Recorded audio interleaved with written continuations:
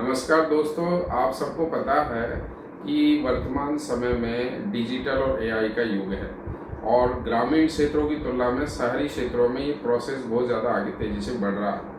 लेकिन फिर भी आप एकदम एआई या डिजिटल में एकदम आप ट्रांसफ़र नहीं हो सकते। प्रोसेस के द्वारा ही उस चीज़ को समझा जा सकता है। जैसे कई सारे स्टूडेंट हैं टैब या लैपटॉप या मोबाइल के ज़रिए ही अपनी शिक्षा को आगे बढ़ा रहे हैं, लेकिन ये अभी आपके लिए सहयोगी हो सकती है। आप अपने नोट्स को हार्ड कॉपी में ही बना के रखें और उसको अंडरलाइन करें और रेगुलर उसको पढ़ें। एडिटिंग भी उसमें करें।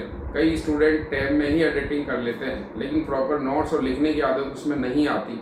आने वाले समय में ऐसा हो सकता है राजस्थान में भी असिस्टेंट प्रोफेसर और जो स्कूल व्याख्याता है उसमें रिटर्न एग्ज़ाम की योजना आ जाए। और अगर रिटर्न एग्ज़ाम की योजना आ सकती है तो फिर वापस आपको लिखने की आदत डालनी पड़ेगी। तो ये मैं अभी से आपको कहना चाह रहा हूँ कि आप डिजिटल और टेक्नोलॉजी का पूरा यूज़ करें, लेकिन लिखने की आदत छोड़े नहीं। अच्छे नोट्स बनाएं और जो भी नोट्स बने हुए हैं उनको अंडरलाइन करें, उन पर स्टार बनाएं, लिखने की आदत डालें, एडिटिंग की आदत डालें। और मैं उन टीचर्स और जो असिस्टेंट प्रोफेसर है जो कॉलेज में और स्कूल लेवल पर पढ़ाते हैं, तो आप अभी से ही ऐसा कर सकते हैं कि ज्योग्राफी में मैपिंग का नॉलेज बच्चों को ज़रूर दें।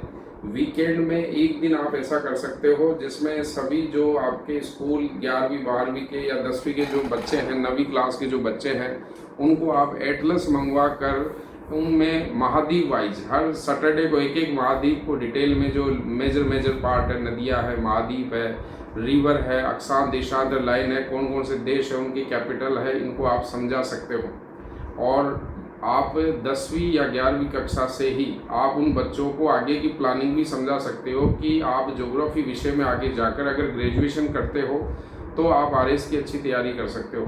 और अगर आप पोस्ट ग्रेजुएशन करते हो तो आईएएस में भी ऑप्शनल सब्जेक्ट ज्योग्राफी रख सकते हो। लेकिन अगर आप ग्रेजुएशन और पोस्ट ग्रेजुएशन में ज्योग्राफी विषय को डीपली स्टडी करते हो तो आप आगे जाकर नेट जेआरएफ करने के बाद यूनिवर्सिटी लेवल पर और आरपीएससी कॉलेज लेवल पर आप असिस्टेंट प्रोफेसर की भी तैयारी कर सकते हो। और अगर आप बीएड करते हो तो आप उसके बाद स्कूल व्याख्याता की केवीएस और जो एनवीएस है स्कूल्स हैं उनमें अच्छी तैयारी कर सकते हो। और ये बात टीचर लोग ही स्टूडेंट को बताएंगे, तभी वो स्टूडेंट मोटिवेट होंगे और वो मैपिंग के द्वारा उनको समझाएंगे। तो आज का जो ग्रामीण एरिया का जो स्टूडेंट होता है, जो 8वीं 10वीं 11वीं 12वीं से पढ़कर आता है, उसको पता ही नहीं होता है कि नेट क्या होती है, जेआरएफ क्या होती है, पीएचडी क्या होती है, स्कॉलरशिप क्या होती है। मेहनती वो होता है, अगर कोई उसको गाइड करे तो काफ़ी मेहनती होता है। तो सभी टीचरों से ये निवेदन है कि आप अपने स्टूडेंट को 10वीं 11वीं 12वीं बीए फर्स्ट ईयर एमए के दौरान उनको ये योजनाएं समझाएं कि किस तरह आप अपने सब्जेक्ट में अच्छी परसेंटेज बनाकर और net JRF assistant professor school व्याख्याता की तैयारी कर सकते हो। उनको ऑथेंटिक किताबों के और राइटर के नाम बताएं कि कौन सी ऑथेंटिक किताबें हैं। ये उनकी आदत डालें कि आप 1 वीक सीरीज और छोटे मोटे नोट्स से न पढ़कर आप अच्छे से जो डिटेल ऑथेंटिक किताबें हैं, जो अच्छे राइटर हैं, उनकी किताबों को अभी से पढ़ना शुरू करें, उनको अंडरलाइन करना शुरू करें, तो ताकि आपकी नॉलेज जो है काफ़ी अपडेट हो सकती है।